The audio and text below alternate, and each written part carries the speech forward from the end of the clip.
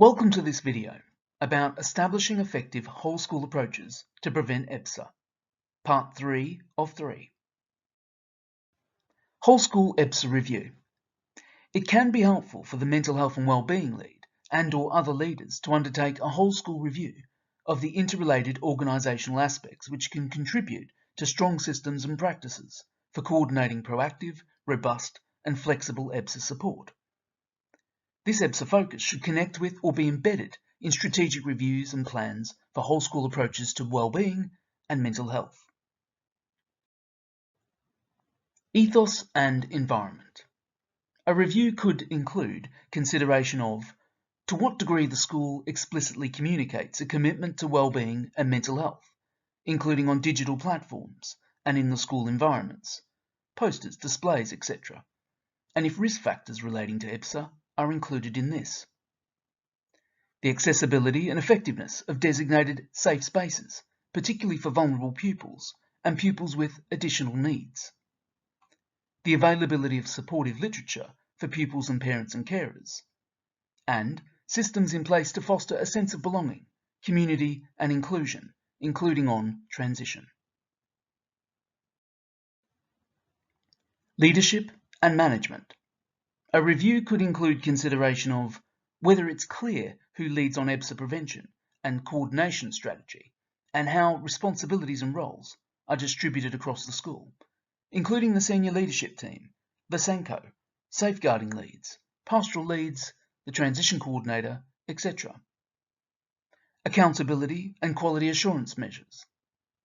The briefings and training available to school governors about EBSA and related mental health issues. And the coverage of EBSA in school improvement plans. Staff development and well-being. A review could include consideration of the regularity and breadth of mental health training and other staff development activities, the availability of cyclical and targeted training and workshop sessions that have a specific focus on EBSA and specific EBSA topics, professional supervision available to staff who are frequently managing EBSA issues, opportunities for key staff to undertake accredited training in specific areas, for example, cognitive behavioural therapy approaches, which can be implemented in their day-to-day work, and the range of direct and less direct approaches to support staff well-being, including staff in frontline pastoral, safeguarding and SEN roles. Pupil voice. A review could include consideration of whether or how pupils, including especially pupils at risk of EBSA, are given routine opportunities to express their authentic views about transition, lessons, and other aspects of school life. Opportunities available to vulnerable pupils to engage in participatory groups organised within the school, for example, circle time and school council. And the effectiveness of peer-led interventions for pupils who may be at risk of EBSA, for example, buddy systems, peer mentoring, etc. Working with parents and carers. A review could include consideration of communication to parents and carers about the ways in which school supports pupils' emotional well-being, mental health, and engagement in school life, including on transition.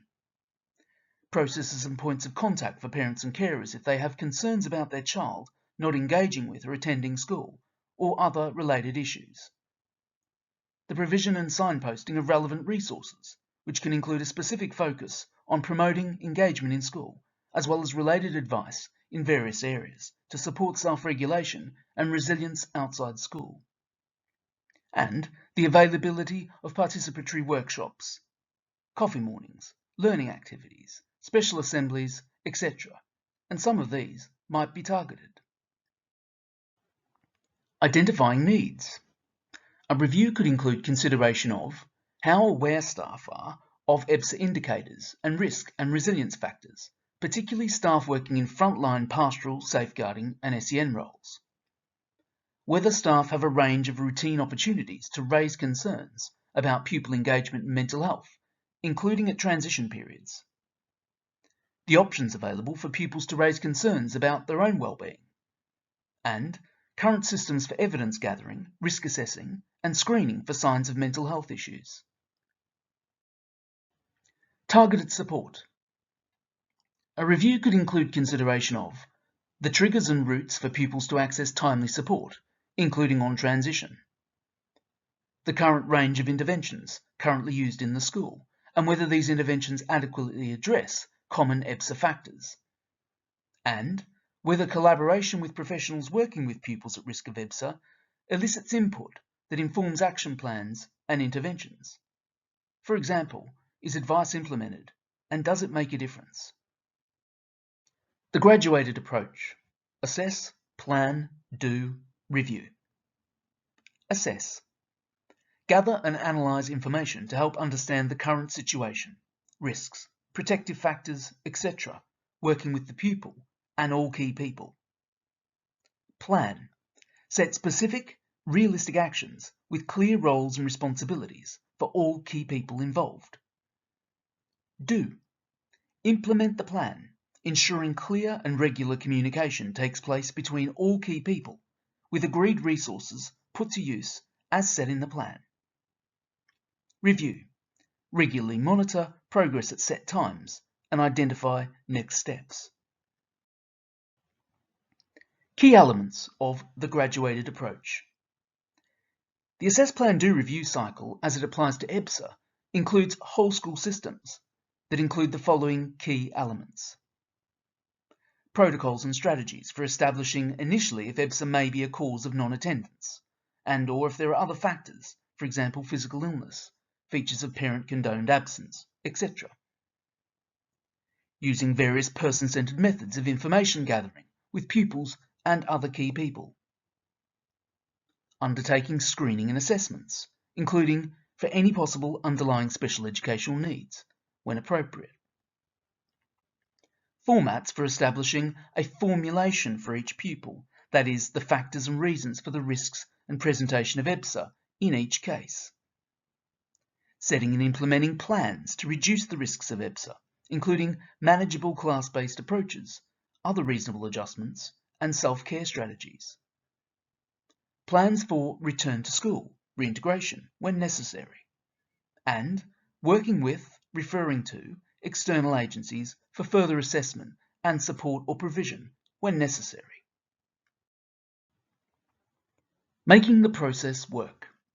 It is important to ensure that operational lines of work undertaken by staff to prevent EBSA are embedded in all relevant school policies, frameworks, and process documents, for example flowcharts. This needs to be communicated effectively to all staff directly involved in attendance matters and may require some briefings or training in school. This is the end of this video. You can view more videos on this channel in the EBSA Essentials series.